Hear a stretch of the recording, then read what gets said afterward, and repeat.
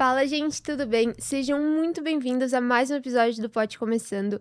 É uma honra muito grande estar abrindo aqui a nossa segunda temporada com um convidado muito especial que me acompanha desde o meu primeiro ano de faculdade. Ele fez faculdade de medicina na Universidade de Mogi das Cruzes, fez mestrado, doutorado, é ex-coordenador da Med Mogi, atual professor e também criador de várias técnicas cirúrgicas muito inovadoras e pesquisador nacional e internacional. É uma honra ter aqui Dr. Carlos Mateus Rota. Tudo bem? Tudo certo, Gabi? Tudo sim, é um prazer te ter aqui, professor, Muito uma honra obrigado. muito É um prazer grande. para mim poder estar aqui e conversar com você. Que honra, vamos começar do começo. Você sempre quis fazer medicina? Olha, desde que eu nasci, eu não lembro e eu não conheço nenhum médico de verdade que não nasceu pensando em ser médico. Desde que nasci, eu nunca me vi em outra profissão. E você tinha os pais médicos, alguém da área também? Não. Eu tinha um irmão que tinha entrado numa faculdade de medicina e estava fazendo medicina. Mas quando eu decidi ser médico, ele também não estava na faculdade de medicina ainda. Ele só tinha vontade também e eu também. Que legal, e você é de Mogi? Não sou de Mogi, sou de Presidente Prudente. Que legal, e como você acabou parando lá em Mogi? Lá em Mogi. Porque Prudente não tinha faculdade nenhuma, não tinha nada disso, então a gente tinha que vir estudar em São Paulo. Então, no fim, eu vim estudar e depois fiz cursinho no Objetivo, lá na Paulista, só tinha um, né? Sim. E aí fiz lá e prestei. Entrei em Santos, entrei em Taubaté, entrei numa de Minas, que eu não lembro agora o nome, e entrei em Mogi. E a opção que eu fiz por Mogi, por ser a mais próxima de São Paulo, onde eu estava morando e ficava fácil de ir até lá. Que depois eu descobri que o melhor era morar lá mesmo, aí eu mudei para lá, porque senão me impede muito de estudar. Você perde muito tempo viajando e não tem tempo de estudar, porque você chega cansado. Então eu preferi morar lá, onde tinha na época uma república de só pessoas que eram de Prudente. Sério? Então nenhum fazia medicina. Aí eu fui morar lá por causa disso, porque eu já os conhecia de Prudente e ficava mais fácil para eu estudar. Que legal, esse bate e volta é muito complicado. E como foi esses 6 anos de graduação? Como foi sua experiência? Minha experiência tenho duas experiências interessantes. Uma de mudar para uma cidade onde eu me integrei na cidade. Logo no primeiro ano, eu já me integrei na cidade, já conheci os lugares, pessoas de lá, convivia com pessoas de lá. Sim. E a segunda foi a faculdade, que era uma coisa nova, né? E que a medicina realmente a gente tem que parar e recomeçar tudo, né? E foi uma coisa que me incentivou muito a se recomeçar tudo e foi eu estudar bastante. Isso era o principal, né? Fiz monitoria de anatomia, fiz de técnica cirúrgica, né? Daquelas coisas que a gente sempre pensou em fazer. E de microbiologia eu fiz na época também. Sério? Terror de todos os alunos micro, você era monitor. Era monitor de microbiologia. Caramba! E você sempre gostou dessa área de cirurgia, desde o início? Sempre. Desde quando eu pensei em ser médico, eu sempre pensei em cirurgião, em ser cirurgião. Isso eu sabia. Sim. Porém, o que aconteceu na minha vida foi que quando meu irmão se formou, ele ficava na Beneficência Portuguesa. Ele fez residência lá. E eu ia lá todos os finais de semana. Que legal. E quando ele dava plantão fora, também eu ia à noite. Então, eu só acompanhava neurocirurgia, porque ele é neurocirurgião. E quando eu cheguei no 5º ano, eu desisti da neurocirurgia. Por quê? Eu desisti da neurocirurgia, são coisas, eu acho que de jovem, né? Porque eu brincava assim, o paciente entra andando, sai mancando e ele fala que melhorou muito, né? Porque realmente, quando você tira algumas áreas do cérebro, quando tem tudo isso, você cura o paciente, né? E se teve algumas sequelas, elas ficam, né, da cirurgia. Então eu queria algo diferente, né? E aí eu resolvi então fazer o quê? Cirurgia geral. Sim. Aí prestei exame para cirurgia geral, passei em cirurgia geral, comecei a fazer cirurgia geral. Eu vou chegar até a proctologia, pode ser? Claro, vai lá. Aí, fazendo cirurgia geral, tinha um proctologista chamado José de Alencar, que era professor em Mogi, e que operava muito bem e que eu gostava de operar com ele. Por quê? Porque eu tenho um problema, é horário. Marcou o horário, eu chego no horário, ou antes, eu pareço mineiro. Chego um pouquinho antes, sempre. Sim. Né? Até num livro que eu escrevi junto com o Margarido, a gente pôs assim, o capítulo de horário tem que ser do Mateus, porque ele que fala que tem que chegar antes, tem que se preparar para uma cirurgia, né? E aí eu comecei a operar com ele, só que eu não sabia, ele tinha doença de Crohn. Sério? E ele teve uma crise de Crohn, quando eu estava no final da residência, que naquela época eram 2 anos, E o diretor da faculdade me procurou e falou, nós não temos ninguém para fazer as colonoscopias e para fazer as pequenas cirurgias de proctologia. Você podia fazer isso e dar algumas aulas enquanto ele está restabelecendo? Falei, sim. Que legal. E aí eu comecei a dar aula e fazer algumas cirurgias. Quando ele retornou, eu devolvi, lógico, as aulas para ele. Ele falou, não, Pega. você me ajudar muito. Não, você me ajudou muito, nós vamos ficar nós dois na cadeira. Que legal. E isso me ajudou muito. Aí ficamos nós dois na cadeira. Mas eu pensei comigo, eu sei pouco de proctologia. Uhum. É muito pouco. Eu aprendi em cirurgia geral.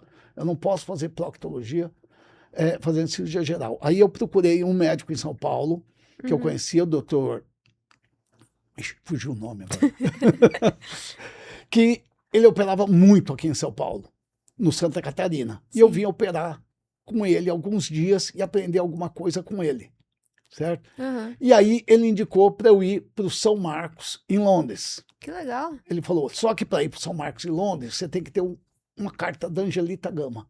Nossa. E eu falei assim, eu lembro que na época eu falei, quem é essa Angelita, que eu nem conheço? E muita gente também não deve conhecer. Angelita Explica aí. Gama, hoje foi considerada uma das maiores proctologistas do mundo, foi professora e criadora de algumas técnicas cirúrgicas muito importantes, Sim. como a técnica cirúrgica de não se operar um câncer de reto, dependendo do tipo de câncer e de como evolui o tratamento. E aí eu descobri certinho, ele me falou onde ela trabalhava, que era no HC, né? E eu fui lá conversar com ela. E foi uma coisa muito interessante que aconteceu, porque eu cheguei perto dela e falei, professora, eu comecei a dar aula de proctologia, mas eu acho que eu sei pouco proctologia. E nossa, eu não vou lembrar o nome dele. Ele pediu para conversar com a senhora se podia ter uma carta para eu ir para São Marcos, aprender lá. Aí ela virou para mim e falou assim, você aprendeu tudo que tem no Brasil? Eu falei, não aprendi. Você não gostaria de aprender antes de ir para o exterior? Eu falei, gostaria. Você gostaria de aprender comigo? Eu falei, lógico. Nossa. Ela falou, se eu falasse para você que dá para você aprender comigo, quando você poderia começar? Eu falei, se a senhora falar, eu começo agora, eu largo tudo. Uau. Ela falou, traz seus documentos que você começa amanhã. Nossa. E aí, esse foi meu exame lá. No Essa outro dia, eu entrevista. comecei proctologia com a doutora Angelita. Uau. 20 anos depois, eu fui descobrir que daquele dia ela tinha criado naquela época, ela tinha criado uma residência internacional e um dos que vinham para a residência internacional não veio. E o superintendente, o diretor do hospital, não lembro na época, disse para ela que se não tivesse um, ela perderia essa vaga para sempre. E você apareceu na E porta eu apareci dela. na hora que ela recebeu a notícia. Uau. Então eu a ajudei e ela me ajudou. Ela transformou minha vida, né? Nossa. Uau, que história. Então- Isso foi tudo pós-residência de cirurgia geral? Pós-residência de cirurgia geral. Aí eu fiz a proctologia e lá fiquei já junto, fazendo também a parte do aparelho digestivo. Uau.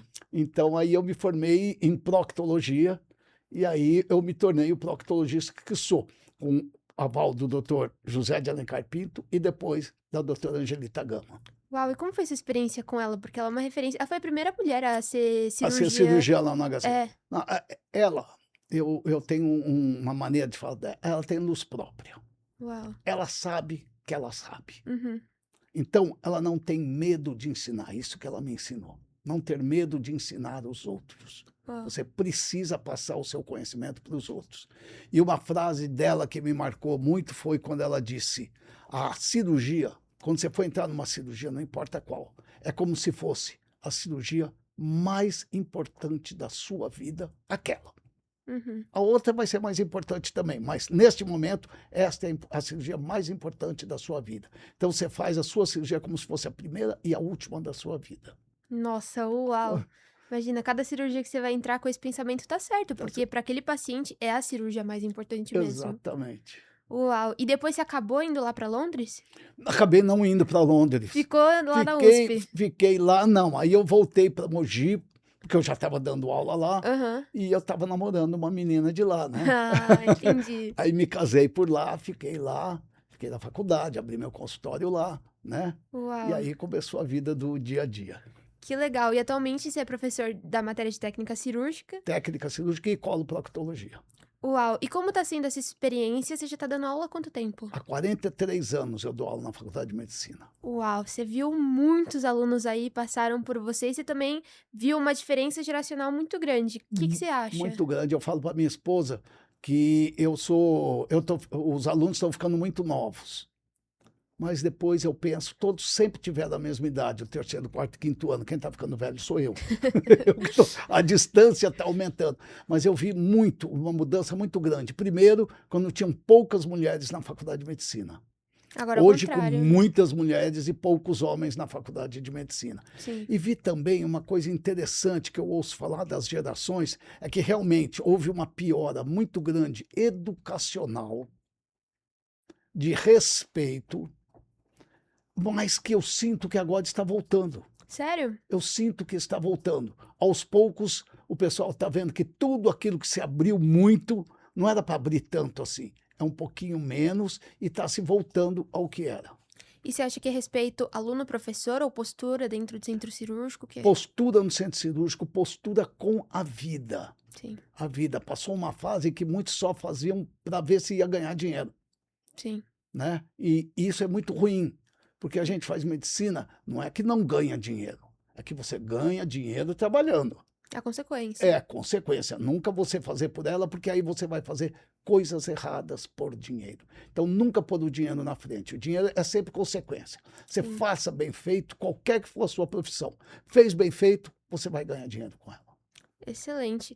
Em relação à parte da pesquisa, você sempre gostou desde a graduação?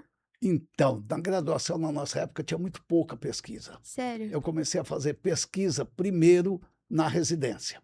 A Uau. minha primeira pesquisa foi anoretomiectomia. Uau. Eu estava para criança para diagnóstico de Hirschsprung. Uau. Então, é assim, foi logo no comecinho da residência, eu fiz com o cirurgião pediátrico, essa pesquisa foi a minha primeira pesquisa. E o segundo seria o diagnóstico por retiscomoidoscopia rígida, que na época a gente fazia muito. Então, eu apresentei mais de 1000 casos com retiscomoidoscopia rígida, porque eu fazia muito, né? Como na região de São Paulo a São José não tinha proctologista, Uhum. tinha eu e o Alencar só nós dois e nós fazíamos junto.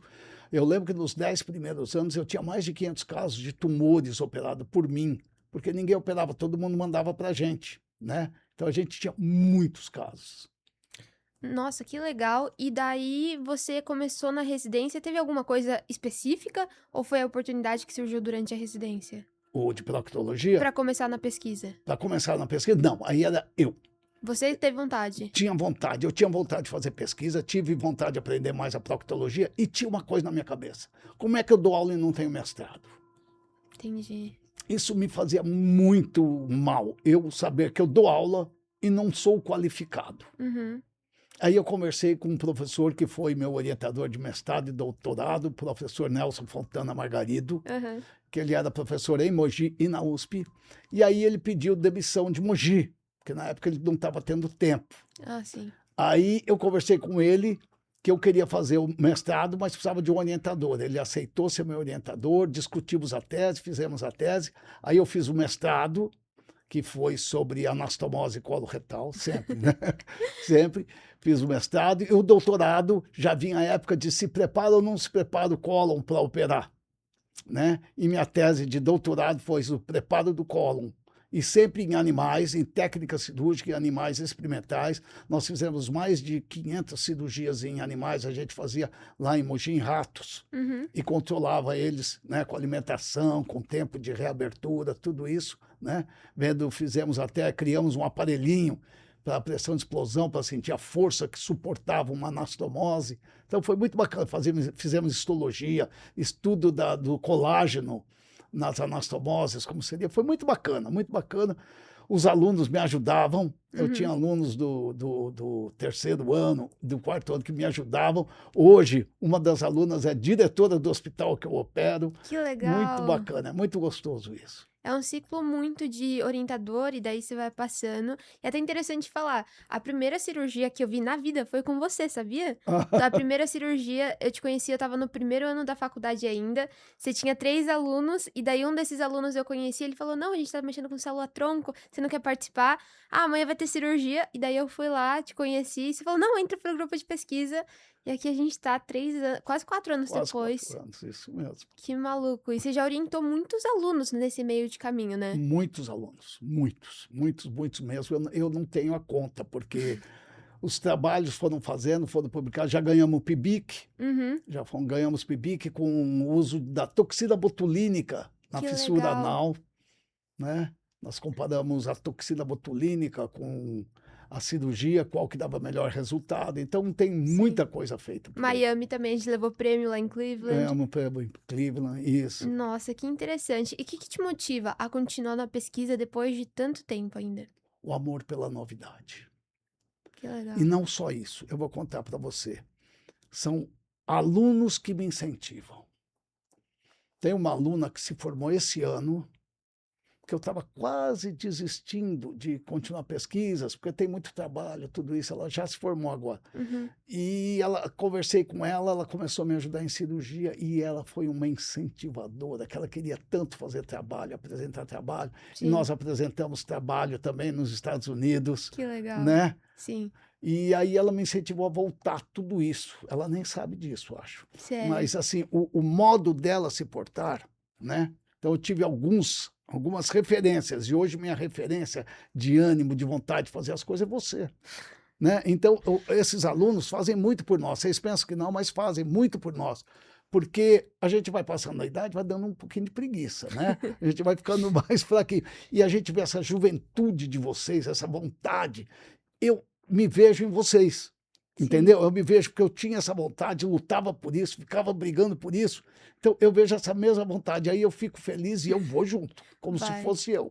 É verdade, você incentiva muito, abre todas as portas e é diferenciado isso, você achar um orientador que vai pegar na sua mão e vai viver tudo isso que você vai te E dá orientar. bronca também, né? Dá bronca, puxa a orelha. Eu lembro que teve uma cirurgia que você me fez lavar a mão 3 vezes. Eu lavei e daí, não, tá certo. Não, lava de novo. Na terceira, aí eu toquei assim na hora, lava de novo.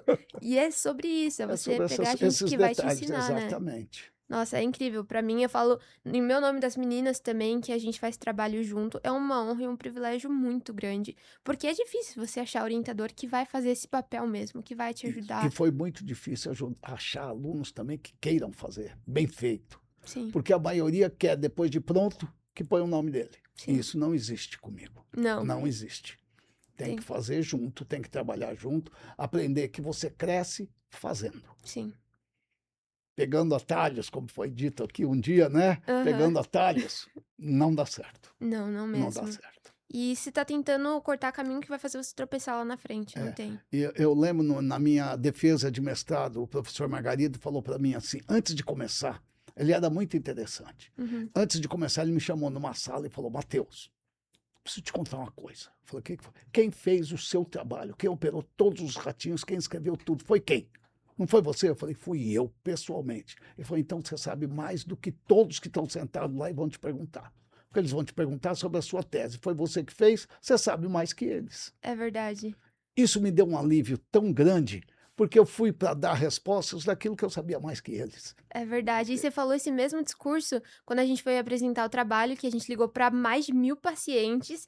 E daí, na hora de apresentar, eu e a Sofia, a gente tava super nervosa. E você falou a mesma coisa. Quem ligou? Quem pegou o telefone? Quem falou com todos os pacientes? Quem anotou tudo isso? Quem escreveu? Foram vocês. Então, ninguém sabe mais. E isso deu um tipo... É verdade. É verdade. Porque Então, dá um medo, assim, você chegar lá como acadêmica em um congresso com gente que é referência, tá trabalhando muito na área. E você deu o mesmo discurso e ajudou muito. A gente vai passando de pai para filho. É. Nossa, que legal. E depois você saiu da residência, continuou fazendo pesquisa, voltou para Mogi. Voltei para Mogi, mas sempre muito difícil fazer pesquisa em Mogi, porque fazer a pesquisa lá, a gente depende da gente, só. É da sua boa vontade em fazer. E alguns empecilhos que até alguns outros podem ter ciúmes e te impedem de fazer alguma coisa, né? Você vivenciou isso, eu já vivenciei isso, né? Eu tive uma época que eu tive que pegar uma carta da reitoria me autorizando a operar os ratinhos. Nossa, que eu cheguei a ser proibido de operar os ratinhos lá. E a reitoria me autorizou, você está fazendo uma tese, né? E a universidade me ajudou muito do meu mestrado na época. Sim. Eles não exigiam mestrado nem doutorado. Uhum. E eu que resolvi fazer porque eu gostava, mas a faculdade me pagava gasolina e me pagava o pedágio, que já era alguma coisa, Com né? certeza, um Porque eu ia incentivo. fazer com ou sem, né? Uhum. Então eles me incentivavam assim, então foi muito bom. Sim, são pedras no caminho que aparecem, mas que a gente vai aprendendo e fazem parte também pra gente aprender a lidar, ver como Meu pai me passa com ensinou, isso, né. obstáculos foram criados para você ultrapassar. Exato. Então, devagarzinho a gente ultrapassa. É, e a gente vai aprendendo. E daí passando, você criou várias técnicas cirúrgicas diferentes, equipamentos, o principal é o Endopex, não É é? o Endopex. Como nasceu isso? Olha, foi muito gozado, porque o Endopex, eu comecei a operar o THD, Uhum, que é uma técnica que eu fui num congresso. sim. A história é um pouco grande. Pode contar, a gente tem tempo. Eu tive um convite para ir pelo Movimentos Focolares para a Aham, Itália, para fazer parte de um grupo chamado Escola ABA. O uhum, que é isso, a Escola ABA? É uma escola de aprofundamento espiritual da religião católica. uhum, Então, eles chamaram algumas pessoas de vários países do mundo para fazer esse estudo. sim. E eu fui lá, eu ia lá no encontro. Mas eu tinha que avisar na faculdade e no hospital que eu ia fazer o quê lá? Fazer negócio de igreja? Eles iam falar, cara, brincando, não é assim? Tem que dar uma justificativa. E aí eu fui no congresso, porque eu tinha praticamente querido desistir de fazer cirurgia de hemorroidas. Por quê?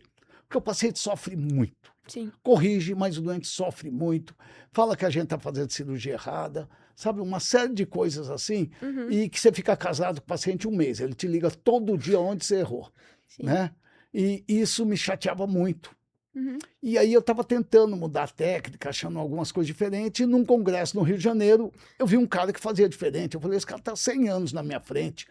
Era o caminho que eu estava seguindo, mas de uma maneira diferente. sim. E aí eu conversei com ele, era um italiano. Ele falou, você não quer aprender comigo? Eu falei, eu quero. Aonde? Ele falou, em Roma. O meu encontro era em Roma. Certinho. Aí justei, passei tudo na mesma época. Aham, Aí falei que eu ia aprender técnicas diferentes, aprender coisas para a faculdade, para o hospital seria bom. que E legal. fui e passei 20 dias em Roma operando com ele, E daí ele ensinou a técnica do THD. do THD. Aí eu vim com a técnica do THD, Aham, fiz as cirurgias aqui no Brasil, sim. comecei a operar e vi que ela tinha alguns probleminhas que eu não aceitava. Uhum, E com isso, eu ensinei algumas pessoas, aí tem a coisa de ciúme, não ciúme, um monte de coisa acontece, né? aham. E eu não estava me dando bem com a THD Brasil. Ah, entendi. Aí um dia eu estou no consultório, vem um rapaz, marca uma consulta, a hora que ele entrou e falou, não vim me consultar. Eu falei, como não? Eu vim aqui porque eu estou estudando, eu tenho uma fábrica de aparelhos médicos, Uhum, eu estou estudando e vi que na proctologia não tem novidade nenhuma, ninguém faz nada novo. E tem essa cirurgia nova. Você não quer bolar um aparelho para fazer? Eu falei, desde que eu mude um pouco aquela técnica, que eu sim. acho que é técnica. Então, na verdade, eu não criei, eu a modifiquei. Eu Sim. melhorei ela. Sim. Então, todos os defeitos que eu achei que tinha no aparelho, todos os defeitos que eu achei que tinha na técnica, eu fiz nesse aparelho. Fizemos o primeiro, levou quase 1 ano e meio, 2 para criar o aparelho. Você que desenvolveu tudo. Tudo, desde o zero, tamanho, como que faz, como aplica, como desenvolvi tudo. Aí a gente chamou de Minipex. Aham, Aí andou pouco tempo, a THD processou-os por ser muito parecido com o THD. sim. Aí ele ligou para mim e falou: nós estou com esse problema aqui, o que eu faço? Eu falei, vamos mudar o aparelho. E aí eu mudei algumas coisas no aparelho que também eu achei que precisava corrigir nesse, né? Aham. E aí ficou completamente diferente, né? E aí a gente fez o Endopex, né? Então de mini pex passou para Endopex, pex de pequecia, endo por dentro, né? Terceira Pex- versão já dele. Isso, a terceira versão dele. E com o Endopex, então a gente está até hoje, né? Uhum. E tem andado muito bem, tá em todo o Brasil, é utilizado, é muito bom. Eu adoro operar com Endopex. A gente fez todo um trabalho e foi super legal, uma técnica muito diferente, que eu lembro que na sala a gente estava aprendendo, ah não, essa é padrão ouro, e no centro cirúrgico a gente, opa, mas existe outra que a gente não tá nem estudando, como assim? Isso, Então, é super isso mesmo. interessante. E desse projeto nasceu a Procto Innovator, ou foram coisas Isso. separadas? Não, desse projeto começou a surgir, por quê? Eu treinei nesse aparelho 250 cirurgiões lá em Mogi. Uau. Fora os cirurgiões que eu treinei fora. Então, eu devo ter treinado mais ou menos uns 400 cirurgiões Em quanto tempo pelo isso? Brasil. Foi em 10 anos, mais ou menos, 8 anos. Muita Né? gente. É, muito grande. Aí, então a gente falou, puxa, mas está um monte de gente querendo aprender um monte de coisa, por que a gente não cria novas coisas? E durante esse interim, eu ia muito para a Itália. Uhum. Eu e o Dr. Cláudio Alberti ficamos amigos. E ele é proctologista também. E ele usava o THD também e parou de usar, porque ele achava que tinha alguns defeitos. Que nem você. Que nem eu. Uhum. Então a gente começou a discutir coisas entre nós dois que nós não gostávamos. Né? Uhum. Isso ajudou muito no meu pensamento para decidir o que fazer. Sim. Ele criou um aparelho chamado LBET, Uhum. LBET, né? Que vai ser lançado esse ano aqui no Brasil. Que legal. E eu criei o Endopex. Os aparelhos são diferentes, maneiras diferentes, mas o intuito é o mesmo. Uhum. O resultado é bem parecido de um e de outro. Né? Nossa, sim. E aí nós estávamos conversando e ele dizia sempre, por que o proctologista tem que ir para o centro cirúrgico se o dentista faz tudo num consultório? É diferente, anestesia, tem algumas coisas. Isso, e a gente discutindo, vimos, se esse centro cirúrgico não for um centro cirúrgico, for uma sala cirúrgica perto da onde tem um anestesista, Uhum. e a gente trabalhar com anestesia local, será que conseguimos fazer tudo? E aí sim, a gente vê muito proctologista fazendo, só que nós unimos todas as cirurgias da proctologia orificial com anestesia local. Uau. A não ser aqueles pacientes que precisam de um controle maior anestésico, aqueles pacientes muito graves, esses a gente faz em centro cirúrgico certinho. Mas nós passamos de 90% de cirurgia em centro cirúrgico para ambulatório e 10% de ambulatório, nós viramos, esses 10% viraram as graves que vão para o centro cirúrgico. Então nós invertemos, o 90 e o 10, nós invertemos de local. E com isso, dá mais rotatividade aos pacientes. Porque a gente pensa só, não adianta eu criar um aparelho que meia dúzia vai usar porque é caro.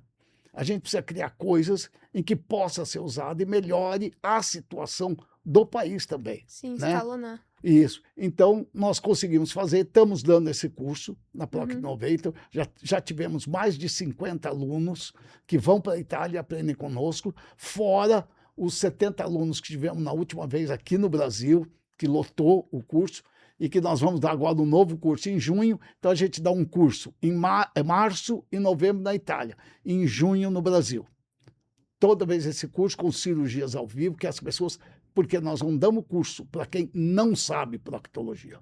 Nós damos curso para quem sabe e quer refinar o método que faz. Sim. Ele quer melhorar a sua técnica. Então, nós não ensinamos para... não, ele nunca fez. Não adianta ir no curso, porque não vai aprender. Sim. Nós vamos refinar técnica, melhorar técnica. Então, nós demos esse curso. A maioria que nos procurou são proctologistas. Mas nós conseguimos dar aula para alguns que vieram do México, da Venezuela, e tivemos até uma de Portugal, que foi aprender com a gente. Ela aprendeu com a gente e nos solicitou para montar o curso em Portugal.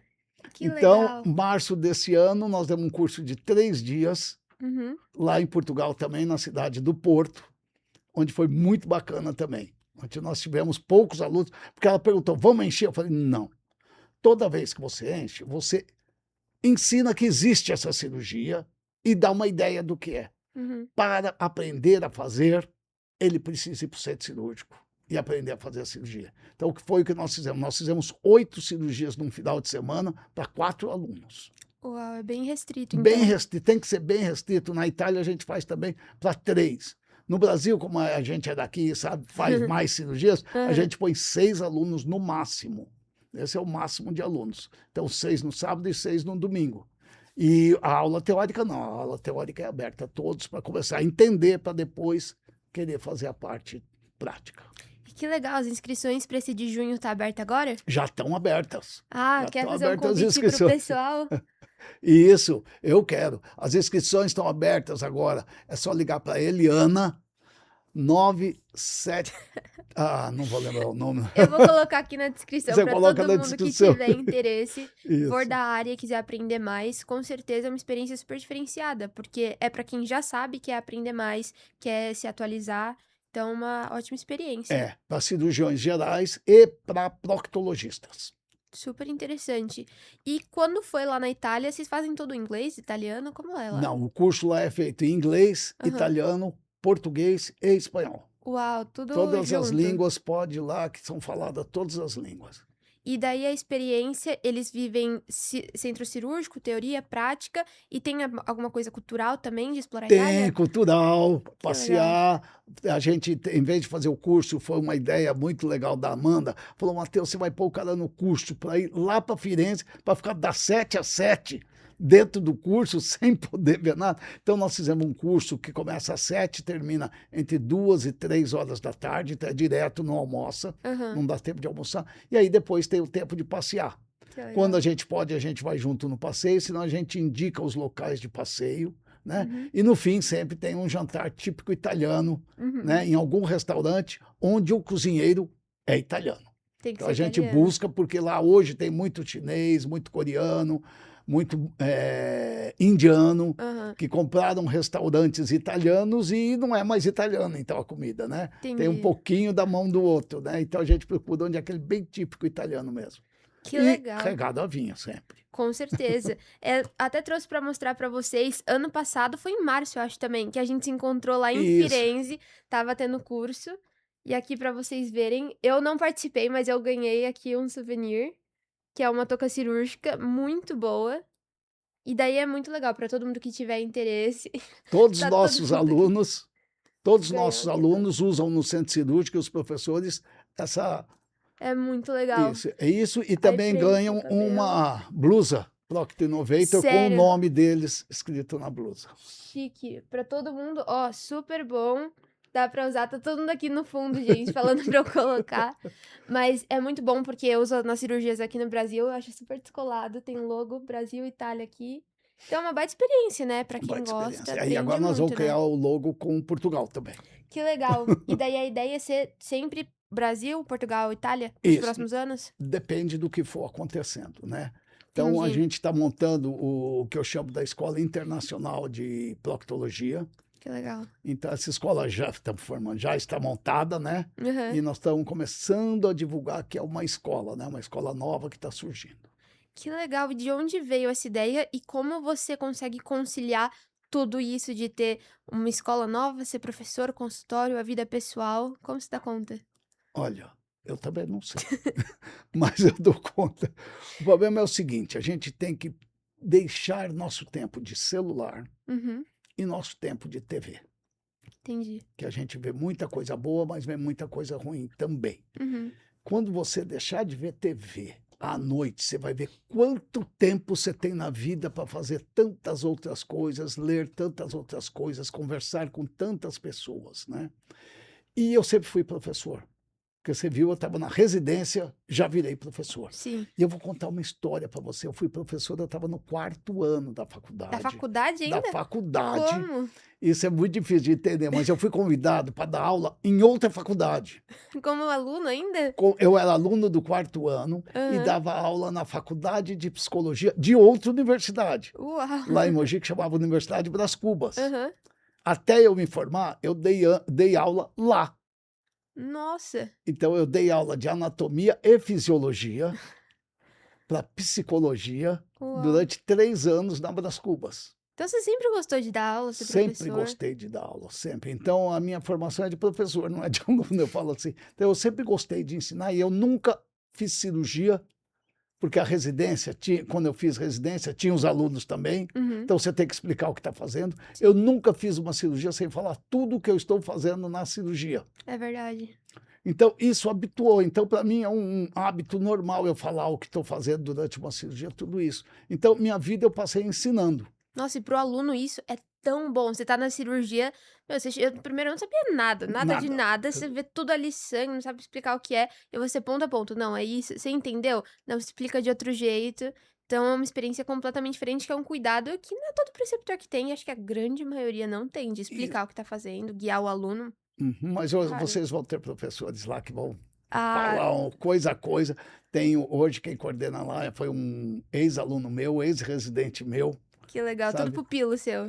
E que ele opera muito bem, vocês vão gostar muito lá. Ele é preceptor no internato? do internato. Nossa. Ele tem uma médica proctologista também, que Uhum. também foi minha aluna e minha residente também.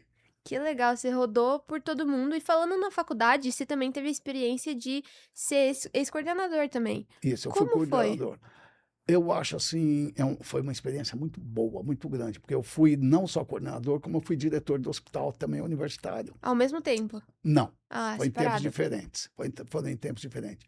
O problema da coordenação te dá muita experiência, muito conhecimento sobre como funciona o ensino. Uhum. Então, eu tive que viajar para Brasília várias vezes, ver tudo isso de ensino, como que é, como que não é. Mas a dificuldade que a gente tem hoje, que eu senti numa universidade privada, que é muito diferente da pública, a pública você pede e vem o dinheiro, a privada você pede e não vem o dinheiro, Uhum. é que vocês é um intersector entre os alunos e a diretoria. Então, muitas coisas você sabe que precisa, porém, financeiramente ainda, eles sabem também, mas financeiramente ainda está inviável.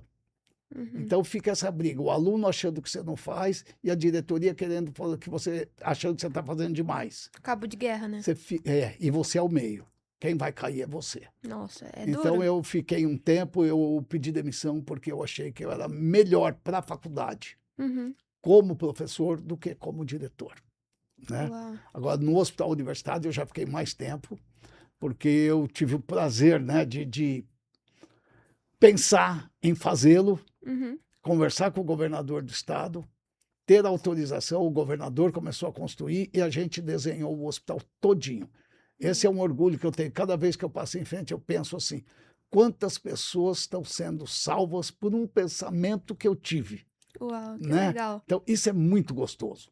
É Como muito funciona gostoso. na prática? Você teve a ideia, tipo, ah, preciso montar um hospital, aí você falou com o governador. Não. Como Como isso? chegou É. isso, né? Não chega assim do nada, não. Eu estava na minha casa, Aham. tranquilo. Existia, eu tinha trabalhado com um grupo que tinha montado o AEPS, Uhum. Ambulatório de Especialidades e Pronto-Socorro de Mogi das Cruzes. Porque a universidade tinha construído o prédio, o Estado veio e tomou, e eles fizeram um ambulatório de especialidades lá. Uhum. E aí o prefeito de Mogi das Cruzes, Valdemar Costa Filho, ligou para mim na minha casa, falou, ó, eu sou o prefeito, você não me conhece, mas te deram o seu nome e seu telefone, nós estamos com um problema lá no AEPS, que fecha mais do que abre, ninguém quer trabalhar lá, ganha pouco. Eu queria que você assumisse para fazer aquilo funcionar. Eu falei, não, peraí, eu quero ir conversar e mostrar para você. E aí eu fui para lá na prefeitura no outro dia, que eu já tinha mais ou menos pensado, eu falei, eu vou montar um plano, Uhum. e aí se você aceitar o plano, eu aceito assumir. E qual o plano que eu fiz? A construção de um hospital regional. Que legal. A construção de um hospital regional onde a Faculdade de Medicina pudesse trabalhar lá junto também. Uhum. A hora que ele viu o plano, ele falou, Matheus, eu vou convidar o Covas para vir aqui em Mogi e você vai conversar com ele. Aí ele convidou o Covas, e aí a hora que o Covas chegou, ele me apresentou para o Covas e me pôs sentado do lado dele. Falou, agora apresente o que você apresentou para mim. Aí eu expliquei para ele tudo que eu queria. Ele leu o papel, deu para um assessor, falou, em 10 dias eu telefono para você, confirmando, se não. Aí fomos no AEPS, rodamos tudo, ele viu a estrutura que já existia e o que precisava para fazer. Uhum. Em 10 dias certinho, ele me ligou e falou, tá aprovado, vai sair o hospital. Que da hora. Então foi muito gostoso. Aí vieram duas arquitetas, uma de Mogi e uma de São Paulo, Uhum. para ajudar a fazer o hospital, porque tem toda coisa da Anvisa, tem um monte de coisa para fazer, Sim. que a gente não sabe, Não. né? E aí a gente começou a construir e saiu o Hospital das Clínicas, e aí não tinha nome. É, de onde veio o nome? Isso, não tinha Curiosa. nome. Aí um deputado estadual me procurou e falou assim, quem ajudou tudo isso foi o Padre Melo, que é dono da universidade. Sim. Por que você não põe o nome da mãe do Padre Melo? Uau. E a mãe do Padre Melo chama Luzia. Luzia de Pinho Melo. E daí ficou. Aí ficou o nome. E aí o símbolo. O Que símbolo legal. também foi desenhado por nós. O símbolo, aquele verde, branco Aham. e vermelho, né? Com a representação do sofrimento, da esperança e da paz, Uhum. né? Foi desenhado por nós e colocado, que é o símbolo até hoje do hospital. Então foi criado por mim. E pode ver que o branco é aberto, porque ele é aberto a todos. Nossa, que interessante. Eu nunca tinha parado pra pensar no nome, nem na história. Que da Isso, então hora. a história é interessante, é interessante. Foi um trabalho muito bonito, onde eu punha o desenho que as arquitetas fizeram num corredor lá, e qualquer um que fosse funcionário do AEPS podia pôr, não, eu acho que aqui tem que mudar, eu Sugestões. trabalho nesse lugar e não é bom assim. Né? Então Uau. foi muito legal. Foram 2 anos pensando, mas foi muito bom. Hoje Mogi tem um hospital regional que tudo aquilo que eu pensei aconteceu. Nossa. Regional que tem os alunos da Faculdade de Medicina Aham. e que atinge toda a região, vai para lá. Que incrível. Falando em história, se você olhar pra toda a sua trajetória gigante, você mudaria alguma coisa? Faria alguma coisa diferente? Pergunta meio. Meio difícil, mas É. acho que eu não mudaria nada. Nada. Mudaria nada. Porque eu penso assim, errei bastante, a gente sempre erra. Mas como Santo Agostinho falava, né? Tudo que você fizer com amor, pode fazer, Sim. se for com amor. Então, eu fiz esse hospital pensando na população. Eu podia ter direcionado um hospital mais para proctologia, porque eu sou proctologista, não direcionei para proctologia. Uhum. Ele é um hospital que atinge a população mesmo. É para atingir a população mais pobre, para eles terem onde ser atendido por especialidade e com um bom corpo clínico. Por isso que eu pensei a universidade junto, né? Sim. E onde tem aluno, tem professor. Onde tem professor, entende-se que tem pessoas capacitadas para fazer. Que interessante. E nessa carreira de professor, você atualmente, qual que é o maior erro que você vê os alunos cometendo, na sua experiência? Não se dedicando. Não se dedicando? Não se dedicando, é o maior erro. Quando eu vejo um aluno falar, eu saí mais cedo porque a minha cirurgia acabou e a outra eu não queria ver e fui embora, dói meu coração. Podia ficar lá mais um pouquinho, você já não deu o horário ainda seu, Sim. né? Podia entrar no centro cirúrgico, ver outra cirurgia, atender mais um paciente, mas vai embora. Isso dói meu coração, essa não dedicação. Faz sentido. E é uma coisa que a gente vem vivendo muito. E você acha que tá melhorando ou piorando? Eu acho que está melhorando. Ah, que bom. Pessoas como você têm aparecido. É verdade, eu não estou puxando, não. Pessoas como você têm aparecido, e não é só você, são várias. Sim, Várias pessoas aparecendo com vontade, que é o mais importante. Você estando com vontade, você vai para frente. exato. A gente conversa muito sobre isso, que a parte teórica mesmo, metodologia, qualquer pessoa, você ensina. Agora, vontade não. Ou a pessoa tem, ela não tem. Não Ou é ela muito não tem. ensinável. Exatamente. Caramba, que legal. A gente já tá caminhando pro final do nosso primeiro episódio da segunda temporada e a gente vai finalizar hoje com o nosso quadro de bate-pronto. Então, eu vou fazer pergunta, você responde a primeira coisa que vier na cabeça, tá bom? Tá. Então, a primeira pergunta é: qual que é um livro que você acha que todo mundo deveria ler? Médicos. Todo mundo, mas pode ser médico também. Médicos seria médicos de homens e de almas. Fala Da sobre. Conta Taylor um Cardwell. pouquinho. É a vida de São Lucas. Ah, sim. É fantástico. Quem não leu tem que ler. E O Século dos Cirurgiões. São os 2 livros da médico que eu acho que tem que ser lido. E agora, para a população em geral e para os alunos, Uhum. eu diria que é um livrinho desse tamanhinho, com poucas páginas, letra grande. Eu li ele em menos de um dia. Chama-se Quem Mexeu no Meu Queijo. Sim. É fantástico para quem sabe entender a profundidade daquele livro, que é uma brincadeirinha de ratos. Nossa, Quem sim. mexeu no meu queijo. Esse aí mudou minha cabeça. Nossa, eu já tô pensando, eu vou colocar no Instagram as recomendações que o pessoal tá dando aqui Ah, pra deixar salvo lá. A segunda pergunta é: qual que é um erro que te ensinou muito? que me ensinou muito. Sim. Eu lembro até hoje. Eu tinha um ano de acabado a residência. Eu tinha uma paciente com tumor e ela veio com tumor com carcinomatose, Uhum. com uma suboclusão, oclusão intestinal e com uma carcinomatose. E eu falei, eu vou fazer ela deixar de ser subocluída, porque se eu não deixar, ela vai falecer. Uhum. E eu operei, não achava espaço para tirar a suboclusão e achei um espacinho qualquer lá e fiz a cirurgia. Essa paciente viveu mais 3 meses. Foram 3 meses de extremo sofrimento para ela. E eu falei, talvez se eu não tivesse feito essa cirurgia, ela teria morrido antes, mas sofrido muito menos. Então isso me ensinou a quando indicar e quando não indicar uma cirurgia. Eu acho que é um dos maiores, não sei se aprendizados, mas talvez sabedorias que um cirurgião tem que ter. É saber a hora de operar, quando é preciso e quando não é, né? Isso, quando não tem mais indicação ou não é indicado cirurgia. isso mesmo. Nossa, na aula de técnica cirúrgica você falou isso. O melhor cirurgião é aquele que sabe quando não é pra operar, né? Exatamente, porque eu passei por isso. É. Caramba. A terceira pergunta é um acerto na sua carreira. Um acerto? Ser Isso. professor, eu acho. Você gosta muito, Eu né? gosto muito, eu gosto muito. Eu estou sempre dando aula. Ontem eu dei aula, então é assim, minha vida é assim. Onde eu vou, eu preciso ensinar alguma coisa. E E aprendo, viu? Eu vou falar uma coisa para vocês, a gente aprende mais ensinando do que vocês aprendendo. nossa, sim. E você tem preferência de isso não é uma pergunta, é mais de curiosidade, de dar aula para aluno de medicina, para residente, para alguém ou Não, é tudo igual, tudo igual? tudo igual. É que para o pós-graduado é mais gostoso, porque você tem que se aprofundar mais. Uhum. Eu aprendi com o professor Guariento. Vocês não chegaram a conhecer nele. Não. Ele era professor titular de ginecologia, já faleceu, e faleceu com mais de 95 anos. Uau. E já faz uns 5 anos que ele faleceu. E ele falava assim: o professor, nos primeiros 5 anos, ele ensina o que ele estuda. Nos outros 5 anos, ele ensina o que ele sabe. E nos outros 5 anos, ele começa a ensinar o que o aluno precisa aprender. Entendeu? Uhum. Então a gente leva tempo até ser um bom professor, até acertar o que o aluno precisa aprender. Então, eu lembro que a minha melhor aula que eu dei na minha vida foi uma de fisiologia do coração quando eu comecei a dar aula. Você não Uau. imagina o que eu estudei para dar aquela aula. Acabou a aula, ninguém entendeu nada. Nada, absolutamente nada, porque eu fui muito profundo para quem estava começando. Sim. Então, eu comecei a aprender que não adianta ir fundo. Então, depende. Quando eu dou aula no terceiro ano, eu falo superficial. Não Uhum. adianta aprofundar, porque ele vai aprofundar depois. Se eu der o profundo, ele não vai aprender nada e vai achar que tudo é difícil.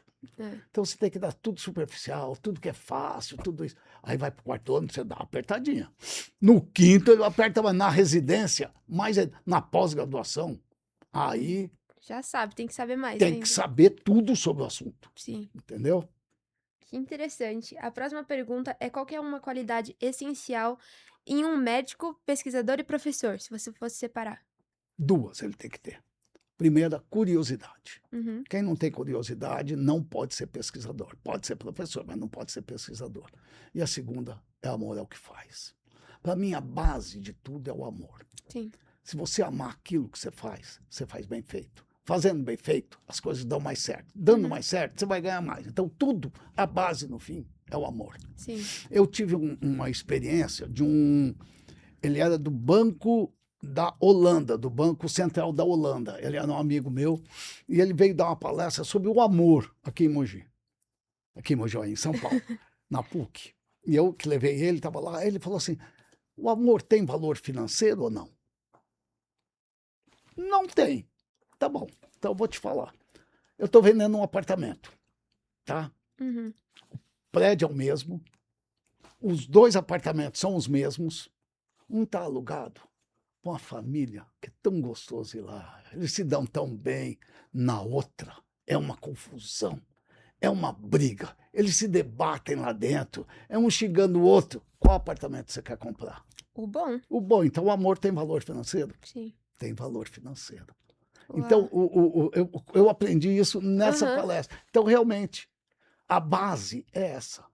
Depois o resto você precisa estudar muito, você precisa saber muito, você precisa se dedicar, tem todas essas coisas. Sim. Entendeu? Mas para pesquisador tem que ser curioso, Sim. tem que não aceitar tudo, tem que sair do quadrado. Se você ficar só naquilo que todo mundo já fez, Einstein já dizia isso. Se você fizer o que todo mundo faz, você chega onde todo mundo chegou, pronto, já está feito. É. Não, a gente tem aquela, mas por que isso aqui é assim? Eu não aceito assim, né? Sim. E aí a gente começa a criar coisas e modificar algumas coisas. E você acha que isso é ensinável? Essa curiosidade, esse É despertar? treinável, eu acho. Se você acompanhar alguém que é assim, chato, pensando, o que eu falo é chato, por quê? Porque ele fica o tempo todo tentando achar uma coisa que tem que mudar, entendeu? Aham. E aí você aprende a ter esse olhar crítico, que o pior problema que existe é você não ter olhar crítico. É como na política, você só obedece. Não, você tem que ter olhar crítico. Sim. Ninguém é de todo ruim e ninguém é de todo bom. Uhum. Não é assim? Quando você vai votar, você vê se ele tem mais bom ou mais ruim. Não é Sim. assim? É esse olhar crítico que a gente tem que ter. Sim. Não é porque eu sou daqui, eu sou dali. Você tem que ver o que a pessoa quer. Ela tem que querer o bem de todos. primeira coisa. Sim. Agora, esse bem de todos tem vários caminhos. Tem que ser o caminho que, na sua crítica, é o melhor. E você acha que essa crítica também é ensinável? Treinável? Eu acho treinável. Desde que a pessoa acompanhe alguém que é assim, eu tenho assim. Porque eu tive isso muito na minha família, né? Meu pai era muito crítico e muito curioso com tudo. Então, isso me ensinou muita coisa. Faz muito sentido. A próxima pergunta é: qual área da medicina você acha que vai crescer muito nos próximos anos? Ah, isso você já sabe, né? É a área do stem cell, das células-tronco. Eu acho que vai crescer muito. Células-tronco, nós estamos começando agora a trabalhar com exossomas, Sim. células-tronco. Então, são coisas muito modernas e que nós não conhecemos direito ainda. Sim. Mas a gente sabe que é o futuro. Porque ainda ontem, na aula, eu disse, que eu falei sobre células-tronco, que a medicina foi se separando em especialidades. Hoje ela está se unindo no tratamento. Sim. Então, no fim, nós vamos trabalhar quase com células-tronco para tudo. Porque a células-tronco, ela não trata, ela regenera. Ela faz os tecidos bons voltarem a funcionar. Então, são tecidos que estão lá quietinhos, sem funcionar, e nós colocamos ele para funcionar.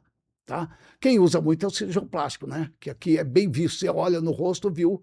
Né? Precisa usar, põe a célula-tronco ali e resolve. Mas os órgãos internos também trabalham com isso. Hoje se trabalha com áreas cardíacas, com lesões infartadas, em que você usa a célula-tronco e essas lesões se regeneram. Então, é uma coisa fantástica, mas ainda é o futuro. E como a gente fez um trabalho muito legal com célula-tronco, foi o primeiro que acho que a gente começou junto. Como você começou a entrar nessa área? Entrei na área de célula-tronco viajando muito para a Europa e operando muito lá. Ah, lá eles já fazem muito mais. Não muito mais, porque a gente conversou nos Estados Unidos e o cara falou que nós estávamos na frente dele, né? Sim. Falou, vocês estão na minha frente, né? De uma universidade nos Estados Unidos. Aquilo me deixou muito contente. Mas eu conheci um italiano que é desse grupo e que ele fazia célula-tronco. Entendi. Aí eu falei, você não quer me ensinar? Ele falou, é só você operar comigo. Aí eu fiquei lá operando com ele e aprendi as indicações, por que que faz. Aí comecei a fazer, até que eu descobri um outro italiano que usava outro aparelho para colher a célula-tronco, do método mais moderno, mais prático, mais rápido, mais fácil de fazer. E como era num tempo só, era autorizado no Brasil. E aí eu sempre gosto de aprender com quem criou, porque você entende como ele chegou lá, né? E aí eu fui com o Genai, fui lá, fiz várias cirurgias com ele, aprendi como ele fazia a coleta e aplicação das células-tronco e o preparo, e aí eu estou fazendo isso aqui no Brasil já há alguns anos, né? É incrível, eu lembro que eu escutava muito sobre célula-tronco, mas pra mim era ficção científica, robô, assim, muito distante. E a primeira vez que a gente fez a cirurgia, levou no laboratório, e daí a gente fez a diferenciação, não, é célula-tronco mesmo. Eu falei, caraca, a cirurgia que a gente tava lá tirou, e é isso, que legal. Então trouxe muito pra realidade, uma ideia que era muito abstrata na minha cabeça, assim. Isso, era abstrato, porque antes só se fazia em laboratório, essas coisas. Mas aí conseguiram, que isso que é importante do prático. Não adianta eu ter a célula-tronco no laboratório.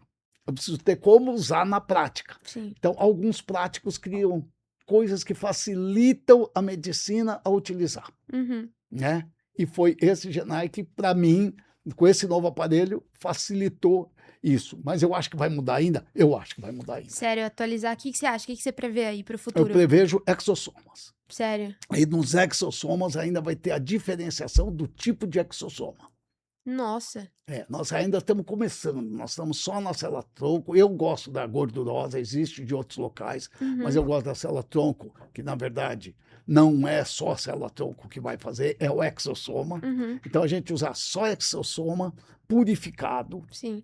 para não ter, e sempre autólogo. Porque sendo autólogo, estão tentando criar heterólogo, tudo isso, na minha cabeça não seria bom, porque o autólogo é você trabalhando em você mesma. É seu próprio exossoma trabalhando em outros setores seu, porque tinha pouco lá e nós injetamos lá, entendeu? Então, eu acho que esse é o futuro, é a gente tratar da gente mesmo, é o autotratamento. Porque não só isso, quando você põe o exossoma e põe a célula-tronco, você altera também as fibras mielídicas.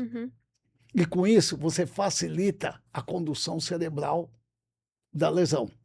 Se essa condução cerebral está funcionando, você é consciente e é ciente do que está acontecendo no seu corpo. Nossa, que incrível. Aí já vem a neurociência falando. Uhum. Então, a neurociência tem falado que quando você usa isso, seu próprio corpo reconhece que você se curou e facilita tudo a curar, porque você aprende a se curar também. Uau, com certeza. Esse é o futuro, isso é sonho, viu? Isso é sonho. A próxima pergunta é um médico que te inspire. Olha, o médico que me inspirou bastante foi, como professor, foi o professor Nelson Margarido, Sim. Eu que queria ter foi. conhecido ele. Todo mundo fala com tanto Não, ele carinho. era fantástico, ele era fantástico. Ele falava para os alunos assim: vocês querem uma aula de 5 minutos ou de 4 horas? Nossa. Qual que é o meu dor? Do mesmo assunto. Uau. De tanto conhecimento que ele Sabia tinha muito. sobre todos os assuntos. Eu lembro da minha aula de qualificação no mestrado, porque ele era bem maluquinho, viu? Eu estava em Mogi, ele me telefonou e falou: Matheus, nós vamos preparar a sua aula hoje. Isso era um domingo, 9 horas da manhã. Falei: que horas você está pensando? Ele falou: você tem 40 minutos para chegar aqui em São Paulo. Eu tive que pegar o carro, sair correndo. Sabe onde ele estava? Na casa da mãe dele. Você foi pra casa da mãe Da dele? mãe dele. Ele falou: senta aí, deu uma caneta e um papel e falou: escreve. Ele ficou andando para lá e para cá, ficou falando 2 horas, sem parar, e eu Nossa. escrevendo. Falou: tá pronta a aula de qualificação. Caramba. Quer dizer, sem olhar em papel nenhum, sem ver nada, sem fazer nada. Depois eu fui atrás de fotos, de tudo, mas Ele foi assim, sabia. ele sabia exatamente, né? Nossa. Uau. Um E hobby. a doutora Angelita Gama, Ah, sim. e o Alencar. São os três que me colocaram nessa vida que eu estou hoje. Nossa, que incrível. Três gigantes aí, inspirações pra todo mundo, pra essa próxima geração. Pra mim, não conheci nenhum deles, mas é uma referência, com Conviver com certeza. eles foi muito bom. Sim. Próxima pergunta, um hobby. Nadar. É verdade, você nada todo dia ou toda Todo semana? dia. Todos Sério. os dias eu nado. Musculação eu faço também, mas não gosto. Eu faço porque na idade a gente precisa fazer. Sim. O que eu gosto mesmo é de nadar. Eu tive um hobby na minha vida que era jogar futebol. Aham. Joguei muito futebol, joguei lá em Prudente, joguei pela Prudentina, vim para São Paulo no cursinho, eu jogava na Várzea. Gostava muito, só que machuca muito a gente. E mais velho, não é legal isso. Então, um dia eu fui no ortopedista, que eu tinha torcido o pé num jogo, que eu montei o time de Mogi também, dos professores, tudo, né? Que eu torci o pé, ele falou: Matheus, você tem idade de jogar baralho. Aquilo acabou comigo. Acabou comigo. Aí eu fui para natação, e aí como eu já nadava desde criança, né? Aham. Não era bom, mas nadava desde criança, todos os estilos, tudo, aí agora eu nado. Ah, que Não legal. tromba com ninguém. É, não, O não único perigo lesiona. é quebrar o dedo, bater. A próxima pergunta é: qual que é seu filme favorito? Meu filme favorito, É, e agora eu não lembro o nome, mas que tem a cidade de Shangri-La. Lá. eu também não sei. Alguém tem ideia? Tem ideia do filme? Não sei. Você Qual não? que... Eu nunca ouvi falar. Não, você nunca ouviu falar mesmo. É Não. bem antigo. Aham, É de um avião que cai na neve aham. e eles começam a caminhar pela neve e vem uma turma que mora num local onde ninguém mais envelhece. Nossa. E eles vão para esse paraíso onde ninguém mais envelhece Uhum. e eles começam a viver lá. Horizonte Perdido. Aê, boa, Horizonte Perdido. Lost Horizonte, que eu estava lembrando aqui. Horizonte Perdido. boa. Eu devo ter assistido umas 5 ou 6 vezes. As músicas são maravilhosas e o sentido do filme, quando as pessoas, alguns querem sair de lá porque querem a vida agitada, querem não sei o que lá, Sim. e eles roubam uma pessoa de lá, que é a mocinha mais linda, né? Do Uhum. local, um deles apaixonou por ela, e quando ele sai com ela falou: eu não posso sair daqui, eu tenho Ela fica mais de velha? 90 anos. Ela morre do caminho de envelhecer. Ela vai Nossa. envelhecendo, envelhecendo. Ela tem mais de 90 anos. E é uma menininha assim, sabe? Uau. Nunca tinha ouvido falar. Qual que é o nome da Assiste. cidade? Shangri-La. Shangri-La. Mas Uau. o nome do filme é Horizonte Perdido. Horizonte Perdido, gente. Próxima pergunta: qual que é o seu lugar favorito no mundo? Meu lugar favorito do mundo. Olha, eu vou falar o que eu falo pro meu neto. Hum, Sabe onde é o melhor lugar do mundo? onde? Aqui e agora. Boa. É uma palavra que define a sua trajetória. Eu tenho persistência. Persistência. Persistência. Quem deu esse nome para mim foi o professor Margarido. Uhum. Ele falou: Matheus, eu não conheço ninguém mais persistente que você. É verdade, eu acho que eu também não conheço. Se é uma referência, é real isso. Como professor, profissional, que é isso, continua. É. E para a gente finalizar, nossa última pergunta é: que conselho você daria para todos, principalmente para os jovens que estão assistindo esse episódio, que estão começando a sua carreira na área da saúde hoje? Estudar, Dá. estudar. Porque o que eu vejo muito hoje são leituras de internet Uhum, superficiais, né? Comprar livros, ler o livro, ler um trabalho inteiro, não ler só o resumo, porque se ler o resumo ele chega onde ele queria chegar. Aí você vai ver a metodologia que ele usou não é boa. é. Portanto, aquela conclusão que foi tirada não é a conclusão real, Uhum, né? Ver se usou tudo, se é homogêneo, se não é homogêneo, se usa... são várias coisas. E nos livros, normalmente os livros são melhores para quem está começando, sim. porque são a base. Então não vai ter a novidade, ai, mas não uso laser, mas não é isso agora. Agora é aprender a base para depois você ver onde, porque tem o laser hoje, eu uso bastante, mas às vezes não é bom usar o laser naquilo. Então você saber essa diferenciação.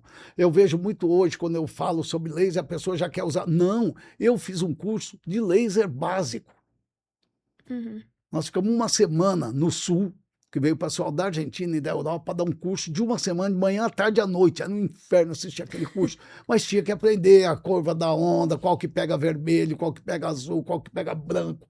Entendeu? É Uhum. muito diferente você conhecer e saber como funciona, quanto penetra na pele, quanto não penetra, se esquenta, se não esquenta, entendeu? Do que pegar o aparelho e usar. Aí depois você pega e usa.